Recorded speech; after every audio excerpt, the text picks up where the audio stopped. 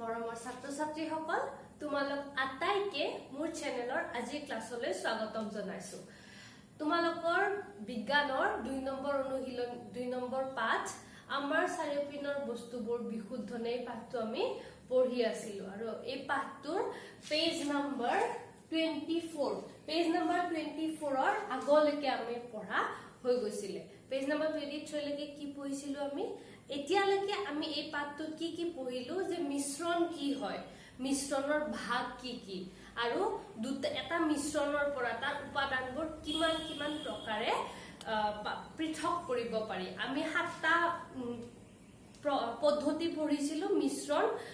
এটা মিশ্ৰণৰ পৰা উপাদানবোৰ পৃথক কৰিবলৈ। তো সেই মিশ্ৰণৰ পৰা উপাদানবোৰ পৃথক কৰিবলৈ আমি কিহৰ ওপৰত সেই মিশ্ৰণৰ উপাদানবোৰৰ গুণাগুণৰ ওপৰত নিৰ্ভৰ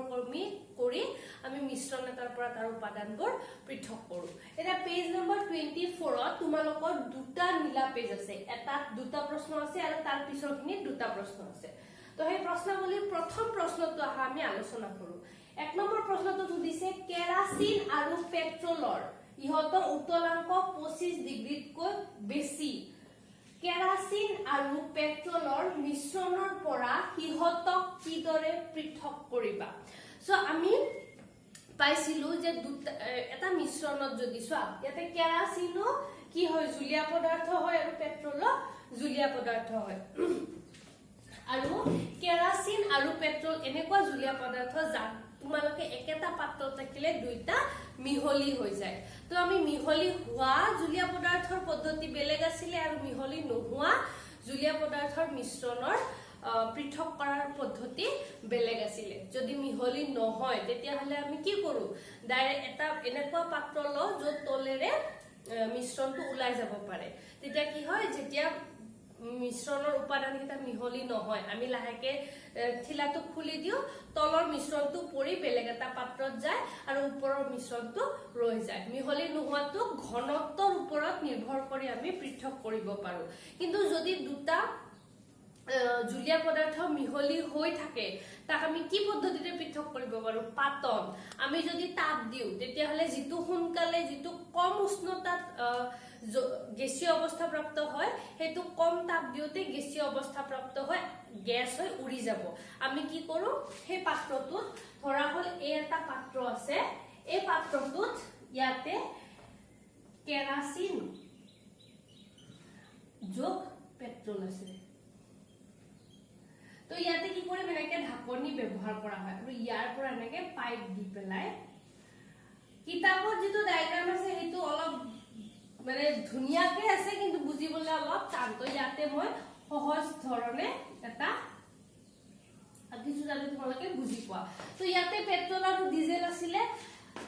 তাপ নিদিলেও হয় কাৰণ পেট্ৰল কি হয় যেটো আমাৰ ৰুম টেম্পাৰেচাৰ সেই ৰুম টেম্পাৰেচাৰতে মানে আমাৰ নৰ্মেল যেটো 20 ডিগ্ৰী 30 ডিগ্ৰী হিমান মান টেম্পাৰেচাৰতে কি হয় পেট্ৰল গেছীয় অৱস্থা প্ৰাপ্ত হয়। তোমালোকে নিশ্চয় দেখিছা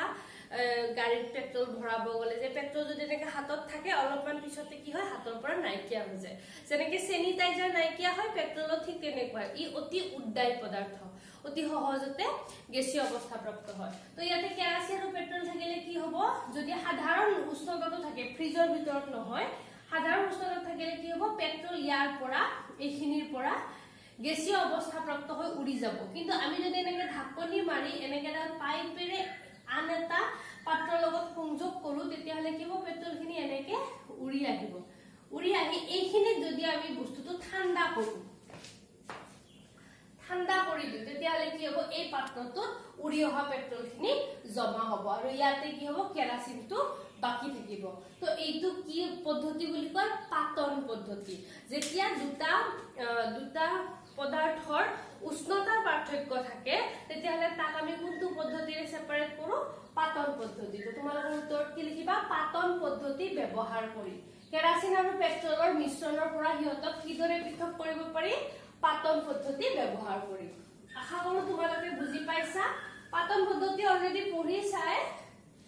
জাস্ট ৰিভাইজ কৰিছো। এতিয়া চোৱা ইয়াৰ উত্তৰকেইটা মই একেলগে বুজাইও যাম লিখিও যাম। তলৰ মিশ্ৰণবোৰৰ পৃথকীকৰণ পদ্ধতিৰ নাম লিখা। তো তো তোমালোকে যিকোনো এটা মিশ্ৰণ দিলে প্ৰথমতে জানিব লাগিব যে সেই মিশ্ৰণটোত এনেকুৱা কি গুণ আছে যিটো কাৰণে তাৰ উপাদানবোৰ পৃথক হ'ব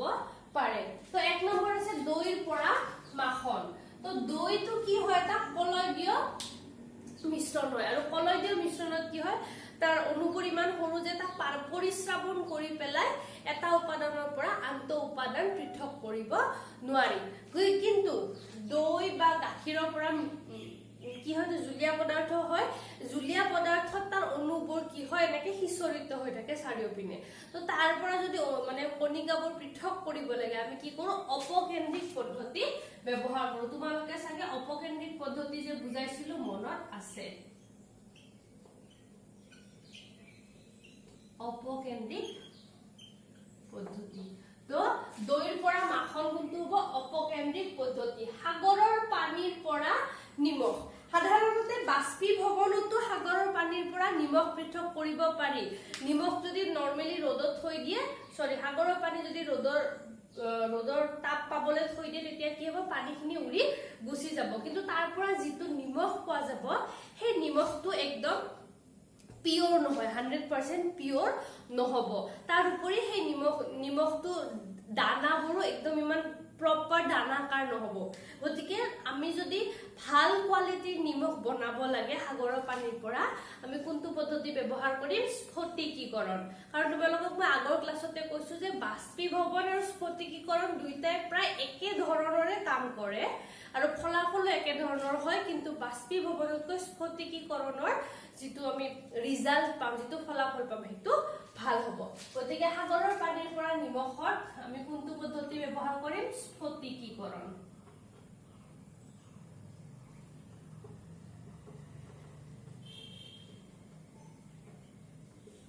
মই প্ৰশ্নটোতে লিখি দিছো ঠাইৰ অভাৱ হৈছে কাৰণে তোমালোকে প্ৰশ্নটো লিখি উত্তৰটো আকৌ এক্সট্ৰা কৰি লিখিবা। নিমখৰ পৰা কৰ্পূৰ। ইয়াতে চোৱা নিমখটো সাধাৰণ অৱস্থাত থৈ দিলে উৰি গুচি নাযায়, কিন্তু কৰ্পূৰটো কি সাধাৰণ অৱস্থাত ৰুমৰ যিটো উষ্ণতা ৰুম উষ্ণতাত থলে কি হয় সেই কৰ্পূৰটো কঠিন অৱস্থাৰ পৰা গেছীয় অৱস্থা প্ৰাপ্ত হয়। গতিকে নিমখ আৰু কৰ্পূৰ যদি একেলগে মিক্স কৰি থওঁ অকমান খোলা ঠাইত থৈ দিলে কি হ'ব কৰ্পূৰখিনি উৰি গুচি যাব। গতিকে এইটো কি হ'ব ঊৰ্ধ্বপাতন।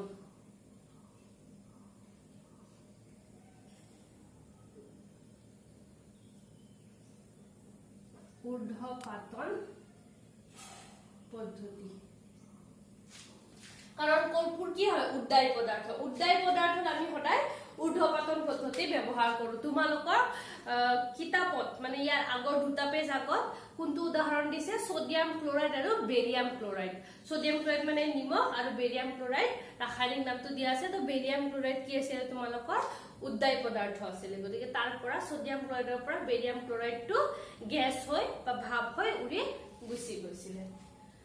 এই তিনটা হৈ গ'ল 1 নম্বৰ প্ৰশ্ন 2 নম্বৰ প্ৰশ্নৰ উত্তৰ। তাৰ পিছত 2 নম্বৰৰে আৰু এটা ভাগ আছে স্ফটিকীকৰণ পদ্ধতিৰে কি ধৰণৰ মিশ্ৰণ পৃথক কৰা হয়। তো সাধাৰণতে স্ফটিকীকৰণ কেতিয়া কৰা হয় যেতিয়া কঠিন পদাৰ্থ আমি কি কৰো বিশুদ্ধকৰণত। কঠিন পদাৰ্থ বিশুদ্ধ কৰিবলৈ যেনেকে সাগৰৰ পানীৰ পৰা বিশুদ্ধ নিমখ পাবলৈ কপাৰ সালফেটৰ বিশুদ্ধ মানে কি বিশুদ্ধ স্ফটিক পাবলৈ আমি কি কৰো স্ফটিকীকৰণ ব্যৱহাৰ কৰো। তো স্ফটিকীকৰণ পদ্ধতিত কি হ'ব কঠিন পদাৰ্থ বিশুদ্ধ কৰিবলৈ স্ফটিকীকৰণ পদ্ধতি ব্যৱহাৰ কৰা হয়। এইটো হৈ গ'ল তোমালোকৰ পেজ নম্বৰ 24ত থকা প্ৰথম অংশখিনিৰ প্ৰশ্নাৱলীৰ প্ৰশ্নকেইটা।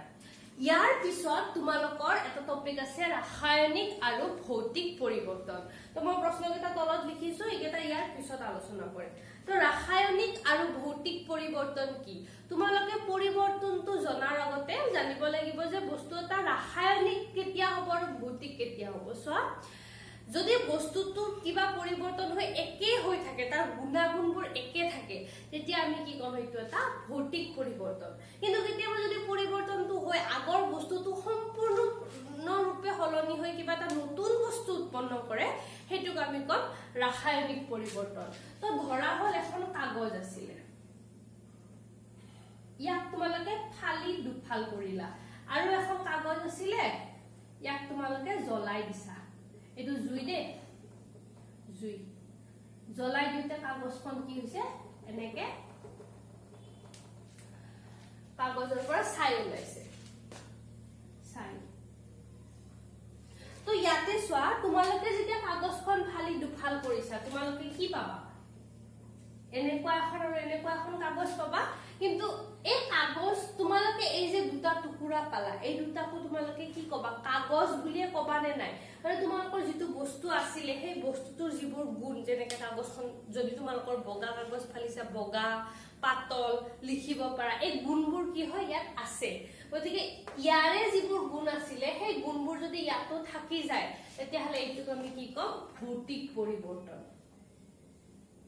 কিন্তু ইয়াতে চোৱা কাগজখন যেতিয়া জ্বলাই দিলা কাগজখন জ্বলাই দিয়াৰ পিছত তাৰ পৰা কি ওলাব ছাই ওলাব বগা কাগজখন জ্বলি কলা ৰঙৰ অকমান ছাই পাবা তোমালোকে জানো ক'ব পাৰিবা যে এই ছাইখিনি কাগজ হয় ক'ব নোৱাৰা কাৰণ কাগজৰ যিবোৰ গুণ বগা ৰং লিখিব পাৰা পাতল সেই গুণবোৰ ছাইখিনিত নাই ছাইখিনি কি হয় কলা ৰঙৰ লাৰিলে গুৰি গুৰি হৈ যাব তো কাগজ আৰু ছাই দুটা সম্পূৰ্ণ পৃথক বস্তু তো যদি এটা বস্তুৰ পৰা কিবা এটা সলনি হয় এটা সম্পূৰ্ণ বেলেগ বস্তু উৎপন্ন হয় তেতিয়াহলে আমি কি কম এইটো হ'ব ৰাসায়নিক বিক্ৰিয়া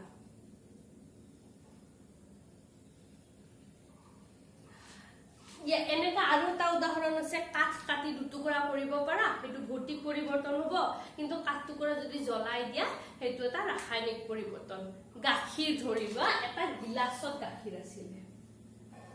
ঠিক আছে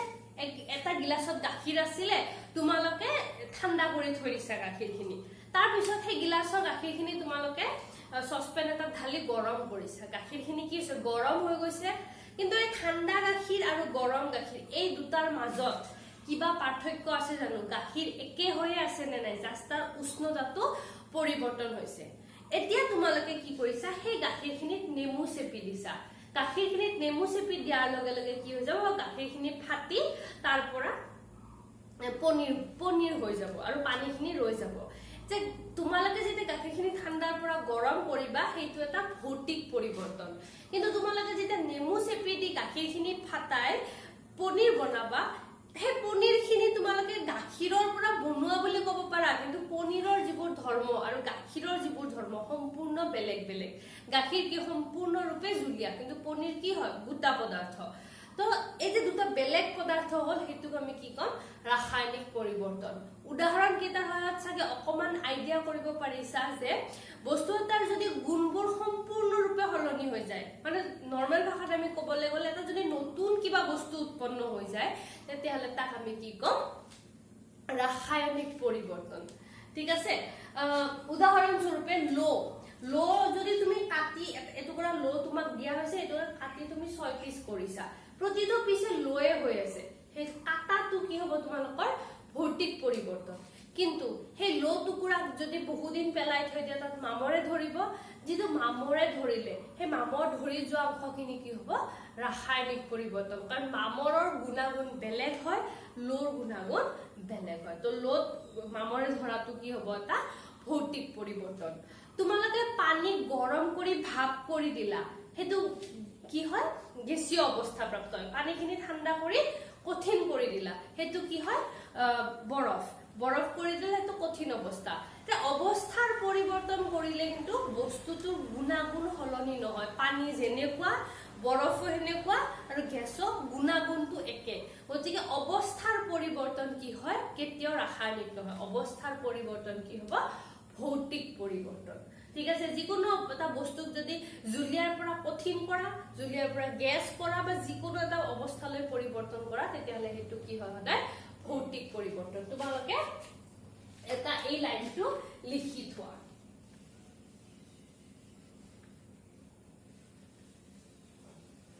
তোমালোকে ইয়ালৈকে তো লিখি লবা হা ইয়ালৈকে তো লিখিলা ইয়াৰ পিছত এইখিনি লিখাৰ আগতে ইয়াতে এটা স্টাৰ দি পেলাই লিখিবা ভৌতিক পৰিৱৰ্তন অৱস্থাৰ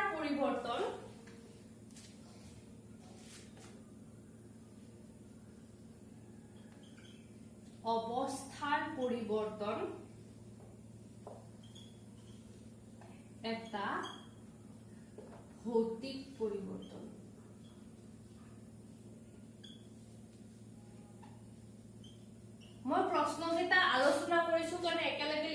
দিছো ৰাসায়নিক আৰু ভৌতিক পৰিৱৰ্তনৰ সংজ্ঞা দুটা মই ইয়াৰ পিছত লিখাই দিম তোমালোকক তো এতিয়া তোমালোকৰ 24 নম্বৰ পেজতে থকা প্ৰশ্ন 1 নম্বৰ প্ৰশ্নটো চোৱা তলৰ কাৰ্যকলাপৰ ৰাসায়নিক নে ভৌতিক পৰিৱৰ্তন তোমালোকক ইয়াতে 6-7টা মান কাৰ্য দিছে হেকেটা ৰাসায়নিক হৈছে নে ভৌতিক হৈছে এই মাত্ৰ মই বুজালো তোমালোকৰ সাথে ভৌতিক আৰু ৰাসায়নিকৰ কিছু আইডিয়া হৈ গল তাৰ ওপৰত ভিত্তি কৰি আমি এই প্ৰশ্নবোৰ আলোচনা কৰিবলৈ চেষ্টা কৰিম গছ কটা গছ এডাল কাটিলে হেতু কি হ'ব ভৌতিক পৰিৱৰ্তন কাৰণ গছডাল জিয়াই থাকোতে গছৰ যেটো প্ৰপাৰ্টি আছিল তাৰ কাগজৰ যেটো প্ৰপাৰ্টি আৰু মানে ধৰ্ম আৰু গছডাল কাটি আনি তাৰ টুকুৰাবোৰৰ যেটো ধৰ্ম সেই ধৰ্মবোৰ একে তোমালোকে গছডালক কাঠে বুলি কবা হয়নে নহয় তাৰ একো পৰিৱৰ্তন হোৱা নাই গতিকে গছ কটা এটা কি হ'ব ভৌতিক পৰিৱৰ্তন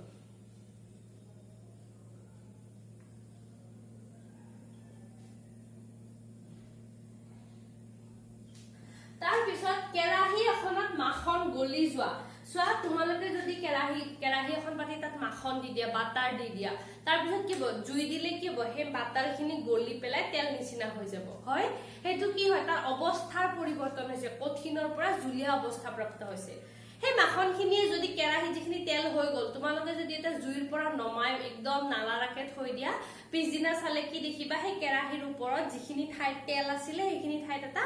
বগা কঠিন বস্তু তৰপ পৰিছে মানে অৰিজিনালি বাটাৰটো যেনেকুৱা আছিল হেনেকুৱা পালা গতিকে কি হল কেৰাহীত যে মাখনটো গলি গৈছে হেতু কি হ'ব তোমালোকৰ এটা ভৌতিক পৰিৱৰ্তন গলি যোৱা মানে কি অৱস্থাৰ পৰিৱৰ্তন হোৱা আৰু আমি জানো অৱস্থাৰ পৰিৱৰ্তন হলে কি হয় ভৌতিক পৰিৱৰ্তন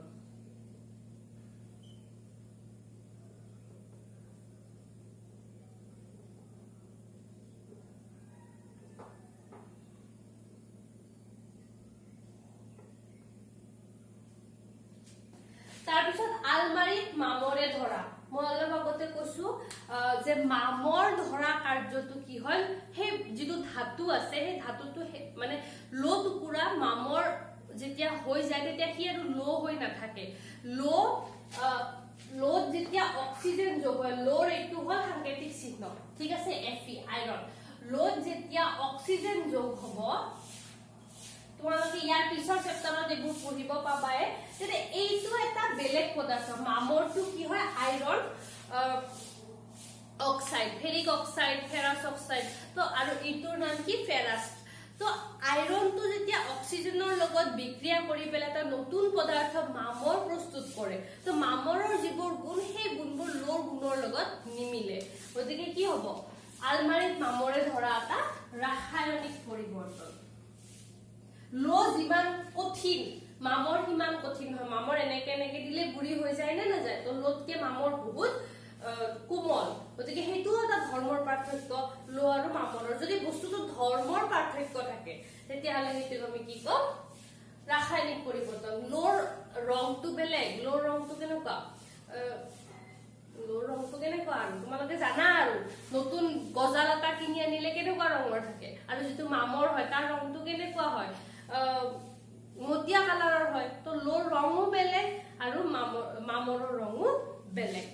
তো বস্তু ৰঙৰ হলনি হলেও কিবা বস্তুৰ যদি ৰঙৰ হলনি হয় গুন্ধৰ হলনি হয় তোমালোকে গম পাবা হেতু ৰাসায়নিক বিক্ৰিয়া ভৌতিক বিক্ৰিয়াত ৰং আৰু গন্ধ কেতিয়াও হলনি নহয় কাৰণ ৰং আৰু গন্ধটো কি হয় বস্তুৰ ধৰ্ম হয় ঠিক আছে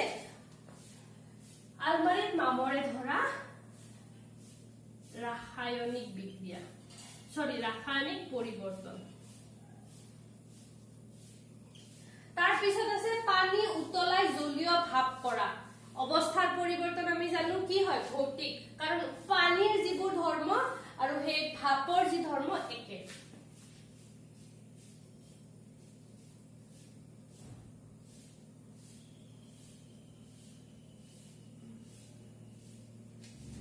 তাৰ পিছত পানীৰ মাজেৰে বিদ্যুৎ প্ৰবাহিত কৰিলে হাইড্ৰোজেন আৰু অক্সিজেন গেছ উৎপন্ন হয় এইটো তোমালোকে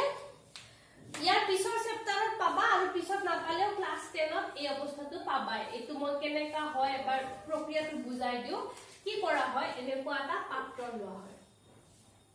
ধৰা হল তোমালোকৰ ঘৰত গাধোৱা প্লাষ্টিকৰ মগ আছে সেই মগটো কৰিব পাৰা সেই মগৰ তলত এনেকে ফুটা কৰি পেলাই দুডাল দণ্ড দিয়া হয় এলুমিনিয়ামৰ কাৰ্বনৰ এনেকুৱা দুডাল দণ্ড ফিক্স কৰি দিয়া হয় ঠিক আছে আৰু এই দণ্ড দুডালৰ পৰা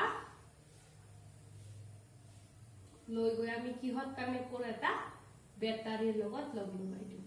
বেটাৰী যিকোনো বেটাৰীত আমি লগত লগাই দিওঁ এইটো এটা বেটাৰী অলপ বেছিয়ে পঠাম এইটো এটা বেটাৰী ঠিক আছে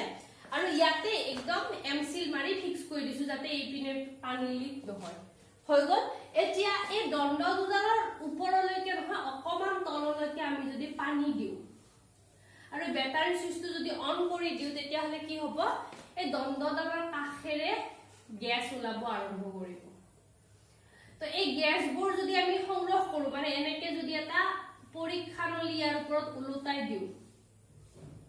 না পৰীক্ষা নলী ইয়াৰ ওপৰত এনেকে উলুটাই দিও তেতিয়া কি হ'ব এই পানী তোমালোকে কিছু সময় এই বেটাৰীটো অন কৰি থলে দেখিবা যে এই পানীৰ যেটো লেভেল আছিল হেতু নামি গৈছে আৰু এই টেষ্ট টিউব দুটাত এনেকে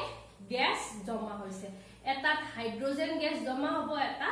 অক্সিজেন গ্যাস জমা হ'ব তো তোমালোকে জানা যে পানীৰ যিবোৰ গুণাগুণ আৰু হাইড্ৰোজেন অক্সিজেন দুটা সম্পূৰ্ণ বেলেগ বস্তু হয় নে নাই তো পানীৰ পৰা যদি হাইড্ৰোজেন আৰু অক্সিজেন আমি উৎপন্ন কৰো এইটো প্ৰক্ৰিয়াৰে তেনেহলে হেতু কি হ'ব এটা ৰাসায়নিক বিক্ৰিয়া কাৰণ পানীৰ ধৰ্ম বেলেগ হাইড্ৰোজেন আৰু অক্সিজেনৰ ধৰ্ম বেলেগ তো এইটো কি হৈ গল আমাৰ ৰাসায়নিক বিক্ৰিয়া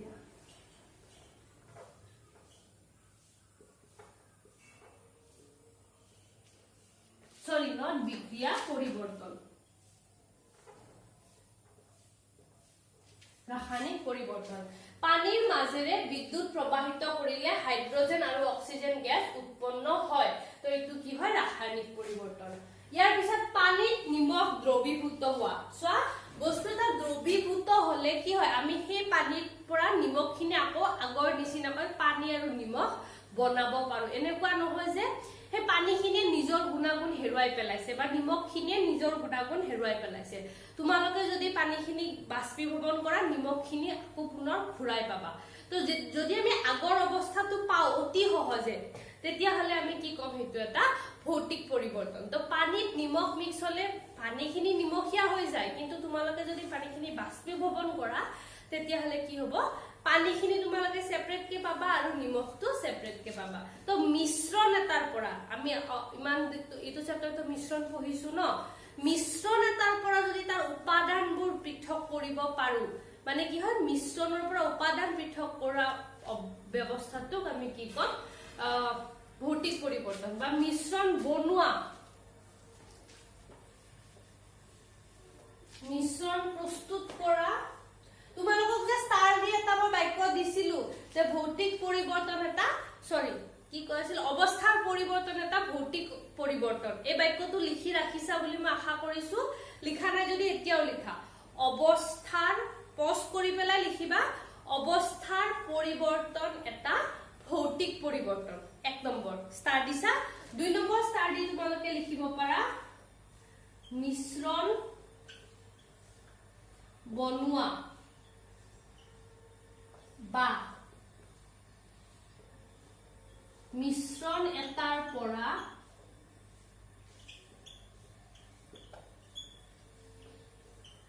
তাৰ উপাদানবোৰ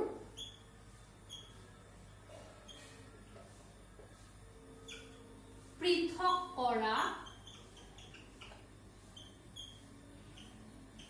এটা ভৌতিক পৰিৱৰ্তন এতিয়া তোমালোকে প্ৰথমবাৰৰ কাৰণে ভৌতিক আৰু ৰাসায়নিক পৰিৱৰ্তন পাইছা প্ৰথম অলপ কনফিউজন হয় কিন্তু যেতিয়া তোমালোকে অলপ বেছিকে প্ৰেক্টিস কৰিবা তেতিয়া বস্তুবোৰ দেখিলে আইডিয়া কৰিব পাৰিবা যে কি বস্তুৰ ওপৰত নিৰ্ভৰ কৰি বস্তু এটা ভৌতিক হয় আৰু ৰাসায়নিক হয় কিছুমান বহুত কনফিউজিং থাকে বা নৰমালি তোমালোকে কৰি কৰি ধৰিব পাৰিবা এটা ভৌতিক পৰিৱৰ্তন তো মিশ্ৰণ বনোৱা মানে ধৰি লোৱা নিমখ পানী চেনি পানী নাইবা কেৰাচি আৰু পেট্ৰল অলপ আগতে উদাহৰণ পাইছিলা কেৰাচি পানী তাৰ পিছত যিকোনো মিশ্ৰণ তোমালোকে বনাব পাৰা তো সেই মিশ্ৰণ বনোৱা পদ্ধতিটো কি হ'ব এটা ভৌতিক পৰিৱৰ্তন যেনেকে গাখীৰৰ পৰা দৈ বনোৱাটো এটা ৰাসায়নিক পৰিৱৰ্তন, কাৰণ দৈৰ পৰা তোমালোকে গাখীৰ নোপোৱা, কিন্তু তোমালোকে যে কি কম দৈৰ পৰা মাখন বনোৱাটো এটা কি হয় ভৌতিক পৰিৱৰ্তন, ঠিক আছে। কাৰণ দৈ আৰু মাখন এটা মিশ্ৰণ, মানে দৈটো এটা মিশ্ৰণ, সেই মিশ্ৰণৰ পৰা তুমি উপাদানবোৰ পৃথক কৰিছা। বা গাখীৰৰ পৰা দৈ কৰাটো তাত কি হয় এটা বেক্টেৰিয়াই লগত বিক্ৰিয়া কৰি পেলাই এটা নতুন পদাৰ্থ দৈ উৎপন্ন কৰে। গতিকে গাখীৰৰ পৰা দৈ হোৱাটো এটা ৰাসায়নিক প্ৰক্ৰিয়া, কিন্তু দৈৰ পৰা মাখন হোৱাটো এটা ভৌতিক প্ৰক্ৰিয়া। মিশ্ৰণ বনোৱা বা মিশ্ৰণ এটাৰ পৰা তাৰ উপাদানবোৰ পৃথক কৰা এটা ভৌতিক পৰিৱৰ্তন। তো সেই হিচাপত পানীত নিমখ দ্ৰৱীভূত হোৱাটো কি হ'ব ভৌতিক পৰিৱৰ্তন।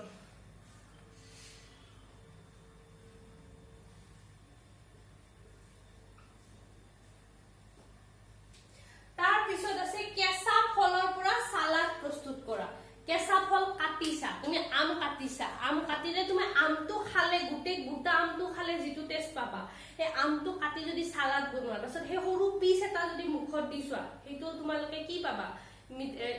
একে টেষ্টে পাবা, খাই ক'ব পাৰিবা নে নাই যে এইটো আমৰে টুকুৰা। বা ধৰি লোৱা বিলাহী গাজৰ তিয়হ আৰু পিয়াজ মিহলাই ধুনীয়াকে সালাড বনাইছো, প্ৰতিটো টুকুৰা যদি তোমালোকে উঠাই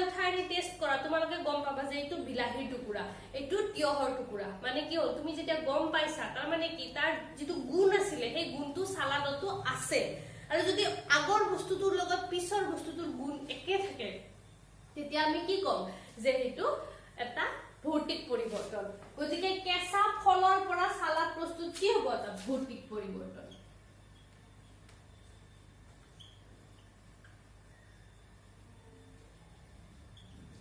তাৰপিছত লাষ্টত এটা আছে কাগজ আৰু কাঠ পুৰিলে। তোমালোকে যদি কাগজ এখন পুৰি পেলোৱা, তাৰপিছত যিটো ছাই ওলাব, সেই ছাইটো কাগজৰ পৰা সম্পূৰ্ণ বেলেগ, দেখিবলৈ বেলেগ, তাৰ আকাৰ আকৃতি বেলেগ, তাৰ ৰং বেলেগ। তো তোমালোকে এটা কথা গম পাবা যে বস্তুটাৰ গোন্ধ আৰু ৰং এই দুটা মেইনলি যদি চেঞ্জ হয়, তেতিয়া সেইটো খাটাং ৰাসায়নিক বিক্ৰিয়া। তো ইয়াতে এইটো পুৰিছে নে নাই, পুৰিলে এইটো কি হৈ যাব ৰাসায়নিক বিক্ৰিয়া।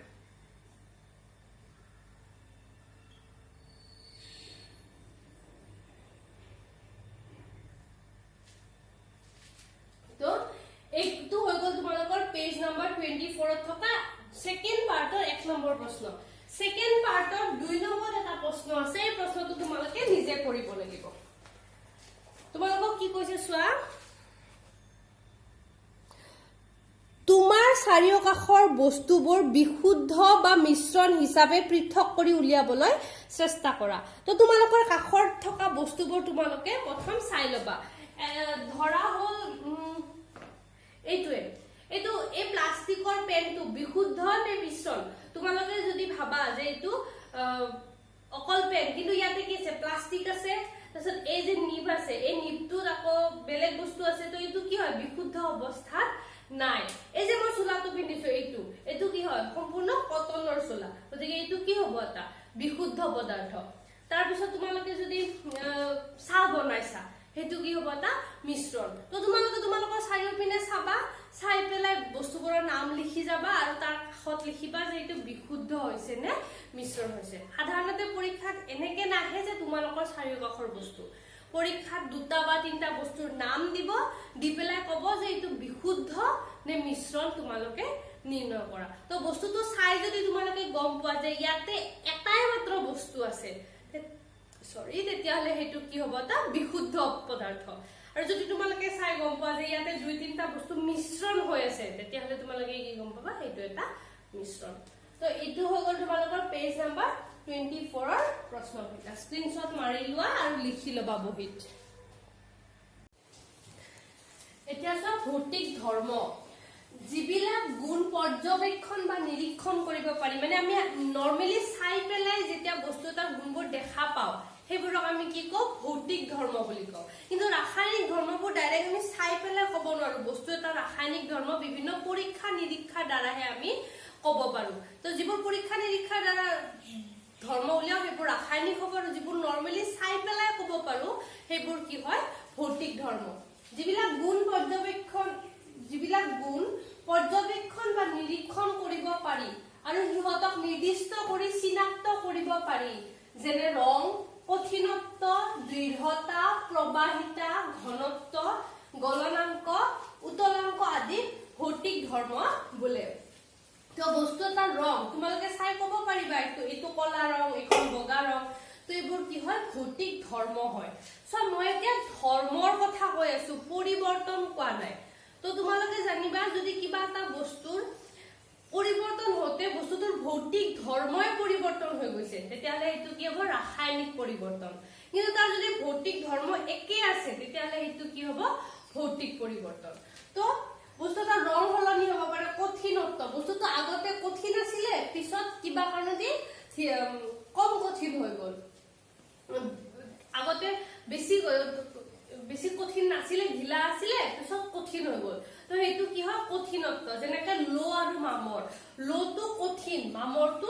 লোতকে কম কঠিন তো কঠিনত্ব দৃঢ়তা বস্তু এটা তুমি কিমান সহজে ভাঁজ কৰিব পাৰা হেতু হল যিমানে তুমি ভাঁজ কৰোতে বেছি বল দিব লাগিব বস্তুটো সিমানে দৃঢ় যেনেকে ষ্টীল দৃঢ় কাঠ দৃঢ় ৰাবাৰ কম দৃঢ় এই প্লাষ্টিকটো ৰাবাৰতকৈ বেছি দৃঢ় কিন্তু কাঠ আৰু ষ্টীলতকৈ কমিয়াকে এনেকে দিলে ই ভাঙি যাব প্ৰবাহিতা মানে বৈ যায় বস্তুটো কিমান সহজে বৈ যায় কঠিন পদাৰ্থটো বৈ নাযায় জুলীয়া আৰু গেছীয় পদাৰ্থ বৈ যায় তো কিছুমান জুলীয়া পদাৰ্থ সহজে বৈ যায় পানী সহজে বৈ যাব মিঠাতেল বৈ যাওতে সময় লাগিব গাখীৰ পানীতকৈ কমকে বব মিঠাতেলতকৈ বেছিকে বব ঠিক আছে তো এইটো কিমান সহজে বৈ যায় সেইটো হয় প্ৰবাহিতা ঘনত্ব মানে কি সমান সমান আয়তনত কিমান মাছ আছে মাছ নহয় ভৰ আছে যদি তুমি একে সমান আয়তন লৈছা দুইটাৰে ভৰ যদি কম্পেয়াৰ কৰা এটাৰ ভৰ বেছি হ'ব এটাৰ ভৰ কম হ'ব যিটোৰ ভৰ বেছি সেইটোৰ ঘনত্ব বেছি তো ঘনত্ব মানে কি হয় ভৰ হৰণ আয়তন যাৰ ঘনত্ব বেছি সি হৰে ডুব যায় যাৰ ঘনত্ব কম সি উপঙি থাকে গলনাংক মানে কি কঠিনৰ পৰা কিমান ডিগ্ৰী উষ্ণতা জুলীয়া অৱস্থা প্ৰাপ্ত হয় আৰু উতলাংক কিমান ডিগ্ৰী উষ্ণতা জুলীয়া অৱস্থাৰ পৰা গেছীয় অৱস্থা প্ৰাপ্ত হয় আদি ভৌতিক ধৰ্ম বোলে তাৰ পিছত এই বাক্যটো মই আগতে লিখিব দিছিলো যদি কোনোবাই লিখা নাই এতিয়া লিখি লবা অৱস্থাৰ পৰিৱৰ্তনবোৰ হৈছে ভৌতিক পৰিৱৰ্তন এতিয়া তোমালোকৰ কিতাপত এটা প্ৰশ্ন আছে প্ৰশ্ন হিচাপত নাই এনে নৰমালি নোটছৰ লগতে আছে বা এইটো প্ৰশ্ন কেতিয়াবা আহে মমবাতি এডাল পৰোতে ভৌতিক আৰু ৰাসায়নিক পৰিৱৰ্তন দুয়োটাই হয় পৰিৱৰ্তন দুটা কি কি তো তোমালোকে যদি মমবাতি এডাল জ্বলাই লোৱা তোমালোকে দেখিবা যে তাৰ পৰা সদায় কি হয় এনেকে কিছুমান জুলীয়া মমবাতিখিনি জুলীয়া অৱস্থা প্ৰাপ্ত হৈ এনেকে কাখেৰে বৈ যায় তো এডাল মমবাতি যদি সম্পূৰ্ণ জ্বলি শেষ হৈ যায় তেতিয়াহ'লে তোমালোকে কি দেখিবা তাৰ পৰা বহুত এনেকে গলি গলি তলত গুট খাইছে সেই গুট খোৱা বস্তুখিনি যদি তোমালোকে এটা পাত্ৰত লৈ পেলাই গৰম কৰা সি আকৌ জুলীয়া হৈ যাব তাৰপিছত যদি সেই মমবাতিৰ সাইজতে যদি তোমালোকে কিবা এটা চুঙাত সেই বস্তুটো ঢালি দিয়া তেতিয়াহ'লে ধৰি লোৱা আৰম্ভণিতে মমবাতিডাল ইমান দীঘল আছিলে তোমালোকে সেই একে গোটেইখিনি গোটাই গলাই পেলাই যদি আকৌ মমবাতি বনোৱা সি চাগে ইমান মান হৈ যাব আগতে যিমান দীঘল আছিলে তাতকে তাৰ দীঘলটো কমি যাব মানে কি তাৰ কিছু অংশ নাইকিয়া হৈ গ'ল তো যিখিনি নাইকিয়া হৈ যায় সেইখিনি ক'ত যায় সেইখিনি কি হয় গেছ হৈ উৰি যায় তো মমবাতি এডাল যেতিয়া আমি জ্বলাও তাৰ কিছু অংশ গলি জুলীয়া হয় আৰু কিছু অংশ ডাইৰেক্ট কঠিনৰ পৰা গেছীয় অৱস্থা প্ৰাপ্ত হৈ যায় তো যিখিনি গেছীয় হয় সেইখিনি কি হ'ব ৰাসায়নিক পৰিৱৰ্তন কাৰণ সেইখিনিৰ পৰা আমি পুনৰ মমবাতিডাল পাব নোৱাৰো কিন্তু যিখিনি গলি গ'ল তাৰ পৰা আমি পুনৰ মমবাতিডাল বনাব পাৰো বা গলি যোৱাখিনি যিটো ৰৈ তলত জমা হৈছে তাৰ যিবোৰ গুণাগুণ আৰু মেইন মমবাতি জালৰ যিবোৰ গুণাগুণ সেইটো একে কিন্তু যিটো উৰি গ'ল সেই গেছখিনিৰ গুণাগুণ মমবাতিৰ গুণাগুণৰ লগত সম্পূৰ্ণ বেলেগ গতিকে মমবাতিডাল গলি যোৱাটো ভৌতিক পৰিৱৰ্তন কিন্তু তাৰ কিছু অংশ জ্বলি গেছ হৈ বতাহত মিলি যায় সেইটো ৰাসায়নিক পৰিৱৰ্তন এই প্ৰশ্নটো কেতিয়াবা আহে এতিয়ালৈকে আমি কি পঢ়িলো মিশ্ৰণ পঢ়িলো মিশ্ৰণৰ বিভিন্ন ভাগ পঢ়িলো মিশ্ৰণৰ পৰা উপাদানবোৰ কেনেকৈ পৃথক কৰিব পাৰি সেইবোৰ পঢ়িলো তাৰ পিছত আজি কি পঢ়িলো ৰাসায়নিক পৰিৱৰ্তন আৰু ভৌতিক পৰিৱৰ্তন এতিয়া আমি পঢ়িম বিশুদ্ধ পদাৰ্থবোৰ কি কি ধৰণৰ আছে। তোমালোকে এতিয়া বিশুদ্ধ আৰু মিশ্ৰণৰ পাৰ্থক্য জানা। যদি এটাই বস্তু থাকে, বিজ্ঞানৰ ভাষাত বিশুদ্ধ হবলৈ তাত মাত্ৰ এটাই বস্তু থাকিব লাগিব, একো মিক্স থাকিব নোৱাৰে। তোমালোকক মই উদাহৰণ এটা দিছিলো যে আমি সাধাৰণ ভাষাত গাখীৰক কি কওঁ? বিশুদ্ধ। যদি তাত পানী মিক্স কৰা নাই, গাখীৰ ডাইৰেক্ট গৰুৱে গাখীৰ দিছে, বাল্টিটো লৈ আনিছো, এইখিনি বিশুদ্ধ গাখীৰ আমাৰ সাধাৰণ ভাষাত। কিন্তু বিজ্ঞানৰ ভাষাত গাখীৰটো বিশুদ্ধ নহয়। গাখীৰ কি হয়? এটা কলয়দীয় মিশ্ৰণ। গাখীৰৰ পানীৰ সৈতে বহুত সৰু সৰু কণা মিক্স হৈ থাকে। তাৰোপৰি যিটো পানী আমি খাওঁ, যিটো মিনাৰেল ৱাটাৰ আমি কিনি আনো, এইটো মই একদম প্ৰথম দিনাৰ প্ৰথম ক্লাছতে কৈছিলো, যিটো আমি পানী কিনি আনো বা মিনাৰেল ৱাটাৰৰ বটলত বা একুৱাগাৰ্ডৰ পৰা পানী ওলালে, সেই পানীখিনি সাধাৰণ ভাষাত বিশুদ্ধ। আমি কম যে এই পানীখিনি বিশুদ্ধ, ইয়াক খাব পাৰি, খাব পাৰিও, সেইখিনি খোৱাই যোগ্য। কিন্তু বিজ্ঞানৰ ভাষাত সেইখিনি বিশুদ্ধ নহয়, কাৰণ সেই পানীত খনিজ লৱণ, আমাক লাগতিয়াল খনিজ লৱণ, বিভিন্ন যেনেকে জিংক থাকিব, কপাৰ অকমান থাকিব, লো অকমান থাকিব, যিবোৰ আমাক লাগতিয়াল, সেই লাগতিয়াল খনিজ লৱণবোৰ কি হয়? সেই পানীত মিক্স হৈ থাকে। আৰু যিটো নাথাকিলেহে আমাৰ স্বাস্থ্যৰ কাৰণে বেয়া। তো সেই খনিজ লৱণ মিহলি পানীহে আমি খাওঁ। সেইকাৰণে যিটো পানী খাওঁ সেইটোৰ নাম মিনাৰেল ৱাটাৰ। আৰু যিটো বেটাৰীত ঢালে, ইনভাৰ্টাৰৰ বেটাৰীত হওক বা যিকোনো বেটাৰীত হওক, সেইটো হ'ল ডিষ্টিল্ড ৱাটাৰ। মিনাৰেল ৱাটাৰ আৰু ডিষ্টিল্ড ৱাটাৰৰ মাজত কি পাৰ্থক্য জানা? মিনাৰেল ৱাটাৰ আমি ভাবো বিশুদ্ধ, কিন্তু ডিষ্টিল ৱাটাৰ বিজ্ঞানৰ মতে বিশুদ্ধ। কাৰণ ডিষ্টিল ৱাটাৰত একো খনিজ পদাৰ্থ নাথাকে, কেৱল মাত্ৰ পানীৰ কণিকা থাকে। তো বিশুদ্ধ মানে কি হ'ব? যদি সেই বস্তুটোত অকল এটাই পদাৰ্থৰে সেই গোটেই বস্তুটো গঠিত, এটা পদাৰ্থ থাকিলে সেইটো হ'ব বিশুদ্ধ। তাত যদি কিবা মিক্স হৈ থাকে তেতিয়াহ'লে সেইটো বিশুদ্ধ নহয়। এতিয়া আমি পঢ়িম যে বিশুদ্ধ পদাৰ্থবোৰ কি কি বা কি কি ভাগ আছে। ঠিক আছে, ইয়ালৈকে হৈ গ'ল।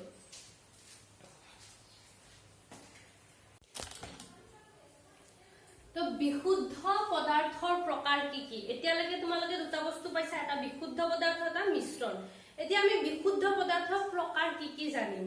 তো বিশুদ্ধ পদাৰ্থক মেইনলি দুটা ভাগত, মেইনলি নহয় দুটা ভাগতে ভাগ কৰে। এটা হ'ল মৌল, এটা হ'ল যৌগ। তো আজি প্ৰথম তোমালোকে মৌলৰ উদাহৰণটো পালে অলপ কনফিউজ হবা, মই জানো, কিন্তু মানে তোমালোকে কনফিউজন এতিয়া নিদিও। মৌল মানে কি? যিটো বস্তু কি কৰো, তাত তুমি সেই বস্তুটোক ভাঙি আৰু বেলেগ মানে তাতকে সৰল কিবা পদাৰ্থলৈ পৰিৱৰ্তন কৰিব নোৱাৰা। মানে ৰাসায়নিক ভাৱে সেই পদাৰ্থটোতকে তুমি তাক ভাঙি আৰু বেলেগ কিবা পদাৰ্থ উৎপন্ন কৰিব নোৱাৰা। সেইটো একদম যিটো ফাণ্ডামেণ্টেল বস্তু, সেইটো হ'ল মৌল। তো যেনেকে হাইড্ৰজেন এটা মৌল, অক্সিজেন এটা মৌল, কিন্তু পানী এটা যৌগ। তো হাইড্ৰজেন অক্সিজেন মিলি পেলাই পানী হয়। গতিকে তোমালোকে কি গম পালা? হাইড্ৰজেনটোক আৰু ভাঙিব নোৱাৰো, অক্সিজেনটোক আৰু ভাঙিব নোৱাৰো, কিন্তু পানীটোক যদি আমি ভাঙো তেতিয়াহ'লে কি হ'ব? হাইড্ৰজেন আৰু অক্সিজেন বেলেগ বেলেগ হৈ যাব। গতিকে পানীটো কি হ'ল? এটা যৌগ, য'ত দুটা বস্তু লগ লাগি আছে। কিন্তু এনেকুৱা নহয় যে পানীটো বিশুদ্ধ নহয়, কাৰণ হাইড্ৰজেন আৰু অক্সিজেনে এটা নিৰ্দিষ্ট অনুপাতত, এটা নিৰ্দিষ্ট প্ৰক্ৰিয়াৰ মাজেৰে লগ লাগি এটা নতুন পদাৰ্থ উৎপন্ন কৰিছে। গতিকে পানীটো বিশুদ্ধ, কিন্তু সেই কাৰণ আমি কৈছো যে বিশুদ্ধ পদাৰ্থ দুটা ভাগত ভাগ কৰিব, মৌল আৰু যৌগ। পানীটো বিশুদ্ধ, কিন্তু সেই বিশুদ্ধ পানীটো কি হয়? দুটা বস্তু লগ লাগি উৎপন্ন কৰিছে। গতিকে সেইটো কি হ'ব? এটা যৌগ, যোগ হৈ পেলাই হৈছে, গতিকে যৌগ। কিন্তু যদি